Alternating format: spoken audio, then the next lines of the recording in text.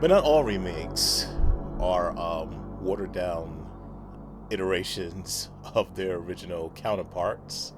One film that definitely is more intense, more edgier, more messed up than its original counterpart is The Blob.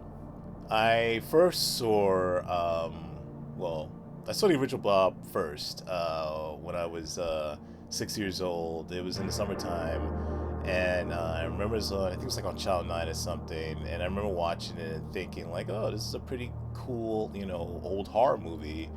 And I think I was like disturbed by it a little bit, like the look of the Blob, this huge, strawberry jam jelly thing, which when you're older, like it's not very impressive. Like, well, it's not very scary. I mean, actually, the effect is impressive for the time, but in terms of the way it look, it's not scary at all.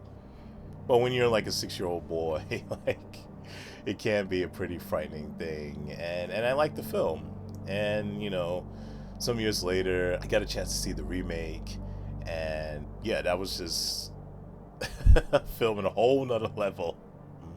I remember it bombing in theaters like pretty bad. It was like it just like nobody, like well, practically nobody cared about this movie. I don't. I'm not even sure it even opened in the top five. Like it was a colossal failure. It just came and went. Like hardly anybody talked about it after its release, theatrical release. And then like eventually I saw the video and I actually watched it. One of the few films that I didn't watch in a theater or in my home. I watched it in somebody else's home. I haven't watched too many films in other people's homes. I almost always watch it in my own home or in a movie theater. And this was actually one of the first films I watched in somebody else's home. Like it was at a neighbor's place, and I went to this neighbor's place, and this neighbor, she had children, and we were friends with them, and I think our parents were going out for the night, I think, and so we were, our neighbor, like she babysitted us, and we were watching the Blob. We rented it, and we had watched it, and yeah, it was definitely a very memorable experience. I mean, well, I'm going to explain, of course, but yeah. So one thing that made it memorable was, of course, watching it, with our friends at the time and their reactions and stuff like that. But also, it was just the film itself. I mean, the creature number one, like the Blob. I never seen anything like that. The way how it just, I mean, of course, I saw the original Blob. Like I knew how it worked. It basically, took people and melted them down. Covered them, smothered them, and broke them down to there was nothing, till it became a part of it. And the more people it consumed, the bigger the Blob became. So I knew like the mechanics of how it worked, but in the way how it looked and worked in this particular version, like it definitely blew my mind. Like the did things that the '50s Blob couldn't even dream of this version of the Blob. It was actually at times also, at least at the time, I thought pretty grotesque, and also pretty smart. Like just some of the kills in the movie, like well, of course the first one, like the first kill, the guy who finds the Blob, what happens to his body, and then I guess like the first on-screen kill, because we see him like he has the Blob on in his arm, and then we see him like covered up with the Blob, but like his lower half gets covered up with the Blob and all that. But so I guess we do see him get killed, but I guess like he's already dead at that point by the time like the Blob covers him. So I guess the first actual like we see the Blob actually kill someone is a character which when I see people's reactions, they think that he's gonna be the main protagonist of the film. I can understand that, like the way how the movie is structured, like the way how the guy's presented in the movie, it might give somebody the false sense that he's the actual main lead of the film. But the things like I didn't think that when I saw the film.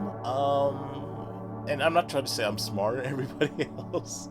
I just didn't think that. I just didn't think that he was the main lead. I was surprised by his early death, but I didn't think he was the main lead. To me, I saw the from like the Blob from like frame one is like an ensemble piece. But yeah, I'm still like surprised that he died as early as he did, and his death is one of the most like fucked up deaths. And like the reaction and the effect and everything, it's like one of the most memorable deaths in cinema, like easily. It still holds up the effects to this day. Like they're just amazing. I didn't even know how they even did it. It was one of the rare instances where I didn't know how they did a particular effect. Like usually I could look at an effect and like say like, yeah, they did it, they used this method or used that method. Like I had no idea how they did it. And then when I find out how they actually pulled off that scene, I was like still surprised, like, wow, like great work, guys. I believe it was Tony Gardner who was behind that, and other people as well. Those effects are just, when people talk about the greatest, like, practical effects of all time, they talk about The Thing and Carpenter's The Thing, Romero's Day of the Dead, American Werewolf in London, but The Blob definitely needs to be up there with those, legendary films as well. Like the effects, like they're amazing. Other memorable kills in the film, you got the scene with the scene in the kitchen in the restaurant with the guy who literally gets sucked down the drain. You got that. You got the stuff that happens at the movie theater.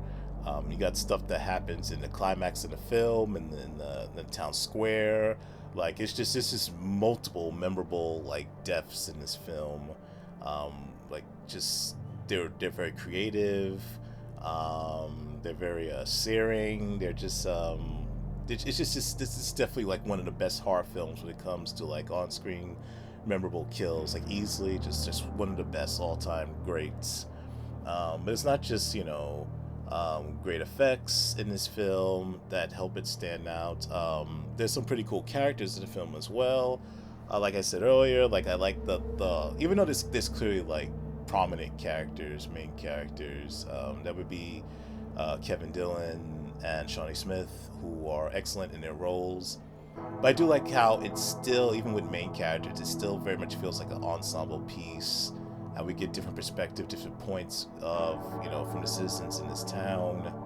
I love the fact that the main two characters, Kevin Dillon, Shawnee Smith, how they don't become a couple, like almost always in these films. It's not just horror films. Like usually when they have a man and woman in the story, they usually, in particular if they're two attractive leads, they have to fall in love. And I'm like, I get why that's done, and I don't have a problem with that. But when it's done all the time, it's like annoying. Like people don't be falling in love like that in a way they do like in movies and TVs and stuff like that. Particularly like in like really strenuous times, like times where urgent matters, like when you're being chased by a monster, like the last thing you're gonna do is like think about romance or sex. That's just not a thing. I'm not saying that at some point it may not become a thing after the fact. There are people who become romantic and all that after a fucked up event, but usually not during. And it just becomes cliched and tropey and all this other stuff and annoying, and it's forced. Like if it's done right, then yeah, it could be awesome. Like my favorite film of all time, The Terminator, there's a love story at the heart of that, but that doesn't feel forced and contrived. It's very heartfelt, and it works. Some other films that I love that, have like, romance at the center, like The Fly and stuff like that. I mean, Aliens. That's not real romance, but it's like a little bit of like a flirtatious thing between Sigourney Weaver and Michael Biehn in that film. But yeah, like, I don't know, I just really enjoy the fact they didn't fall, succumb to that cliche of like, no, the two leads have to fall for each other, they have to have some romantic feelings or something. Like, no, and I thought that was awesome. Other things that I liked about the film, like just other characters in the movie. You got the sheriff in the movie, who's Dale from The Walking Dead. I think it's Jeffrey Damon. He's a really great character actor. I liked his character for the little bit that he's in. The guy who runs, I think it's a car shop or something. Like he's the guy who has the snow, like the truck that creates snow. I'm sorry, I don't remember the actor's name right now, but I really like this character. Michael Kensworthy as Shawnee Smith's brother. I liked him. I also like, thought he was cool. Rachel Olivia did too. But yeah, like you got Bill Moseley. He's in it for like a minute in the film. You also have John Seneca, who plays a really good villain, Meadows, in the movie.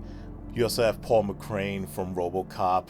He also does good in his role as the deputy. Like, you just have just like a lot of good actors in this, character actors, like playing like memorable characters in this film. Like, this town feels like like a small town. Like, it feels like a community. Like, I think the film does a really good job of like portraying a tight knit community, community of people that you care about. You also have a strong script by Chuck Russell, the film's director, and Frank Darabont, the director of Shawshank Redemption and The Mist, two of my favorite movies of all time. You also have Chuck Russell, who directed my favorite Nightmare on Elm Street film of all time, Dream Warriors. And going back to unforgettable on-screen deaths, there was one scene in this film that disturbed me very deeply when I first saw it, and not just me. It also disturbed my brothers and the friends we were watching it with. This film, I believe, was the very first time I have ever seen a child killed on screen. I had seen stuff before where kids die, but I believe this is the first time I've seen like a kid actually die, get like killed on screen. No cutaways, no nothing. Um, just you see him get killed, and the scene where in the sewer where Shawnee Smith, Michael Kingsworthy, and I'm so sorry I forget the name of the actor who plays the friend of Michael Kingsworthy. They run through the sewers, and then all of a sudden, like, the Blob's chasing them, and they're trying to, escape it, and then just all of a sudden, without warning, it just grabs the kid, and it pulls him into the water. And you're thinking like, okay, like, well, I mean, obviously the kid's gone at this point, but you don't think like they're actually gonna show like, his body. I thought that was pretty harsh that you know, that the Blob killed the kid, but then when all of a sudden the kid's body just springs out of the water and the kid's body's all melted and misshapen, and the way how he like screams like his last deathly scream, it was just so agonizing. And then the Blob pulls his body back into the water, just like it just sent a shockwave through me, like, holy shit. Now when they killed the kid, they killed the kid in a really grotesque manner. No cutaways, no nothing. And yeah, like I never forgot that. Like, none of us ever forgot that. Like, this movie definitely did not fuck around. Yeah, so just like, I don't know, the Blob is definitely just like a true like horror experience. Like, if I had to say like one of the most horrifying first experiences I ever had watching a horror film, the Blob is definitely one of the standouts for sure. I don't know, the Blob is just like forget from beginning to end. It's just like it's just intense. It's just pretty intense. And it doesn't stop. I love how it just keeps going, keeps going, keeps going, keeps moving, keeps moving, keeps moving. Like, the pacing is fantastic. But it doesn't go so fast where it doesn't take its time to, like, basically take its time, like, in terms of developing characters, in terms of developing stories. It does an excellent job of doing that, and the film isn't particularly long. I think it's like maybe 90 something minutes at most, and yet it packs so much, and also packs quite a punch in terms of like making its impact felt. And I just don't understand like how it failed. I don't understand how it failed at the box office. Like, most films, like, I don't know. Like, I could see why they failed at the time, like Blade Runner. I can see why Blade Runner, like, when it was released theatrically, why it failed at the box office. Like, I can see how a lot of people seeing it being as really slow, and being really depressing and somber. Like stuff like that wasn't really that popular in the earlier part of the 80s. Like the 80s is when films moved from the, I guess, the glumness of a lot of films in the 1970s, the glumness, the realness of the 1970s, the bleakness, to more, I guess, I don't know. I don't want to say lighter fare, but the 80s, and this wasn't with all 80s films, by the way, but there definitely was a turn towards like more. Let's have more fun. Let's not be as serious and dour. Let's be more energetic, and let's not be as realistic and bleak. Let's be more fantastical. Just have a good time. The 80s. And yeah, particularly like if you're looking for something like Star Wars, like in the vein of Star Wars, like Blade Runner definitely was not in that vein of science fiction. Blade Runner was definitely heavy. I can see why Blade Runner failed, or just other films that didn't do too well, in their during their theatrical release that are now cherished today. But the Blob, I don't understand how that failed. Like it had everything in it, you know, that it should have been a hit with the audiences from the jump. And I just don't understand how it failed. It mystifies me. And for a long while, like after it came out, like it wasn't obscure, but it was a film that pretty much was kind of forgotten. I would probably say mostly forgotten, except within like horror circles and stuff. Like in terms of like the pop culture radar, it barely had a blip. And at a certain point, it just had no blip at all. Like pretty much after its release. But I would say over the last decade, longer than that, definitely like in the 2010s, like I started seeing. I mean, I see signs here and there throughout the years, like throughout the 90s and the 2000s, but they were always like small, tiny blips. But it was really like in the 2010s, particularly like when you get to the mid 2010s, you started seeing some really clear signs, that notable signs that this film was like the uptick of it becoming relevant, like in terms of like popularity, was definitely on the on the upswing. And I started seeing articles on it and videos and just people talk about it more.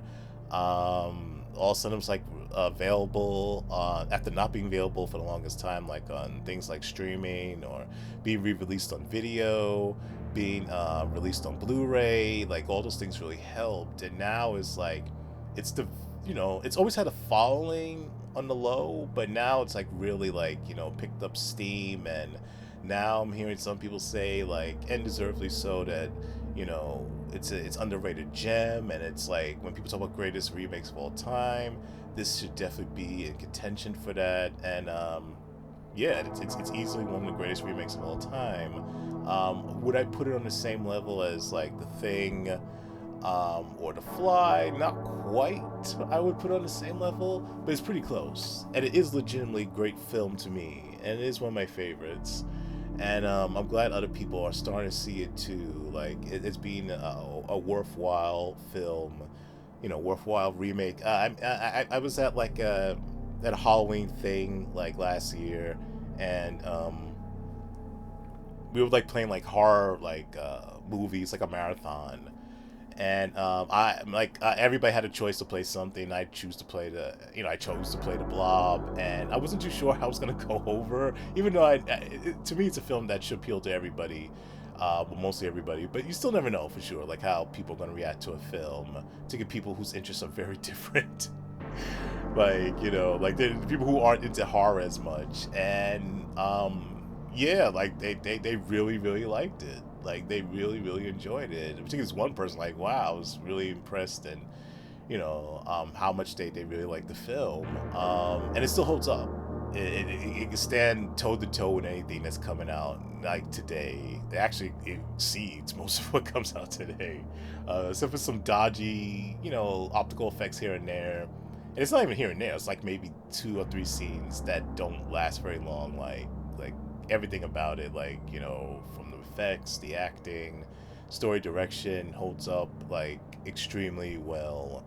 And it's good to see that the Blob 1988 film is getting some love now. Wish to see a lot more love, but like it's definitely like no longer mostly forgotten. I don't know. It's just awesome to see a film that you love so much that didn't get that much love now, getting love. So remake shouldn't necessarily be a dirty word. Even though it mostly is, but if you're somebody who's like in a search of like, I need to find some good remakes, like this is the film for you. If you're someone who needs to find a great horror film to watch, or just want to be, hey, I want to be entertained, the next like 90 minutes and entertain well, like this is definitely an option you should pick, or at the very least consider. The Blob is one of the best films to have been remade, and one of the best films from that great decade of horror that is the 1980s.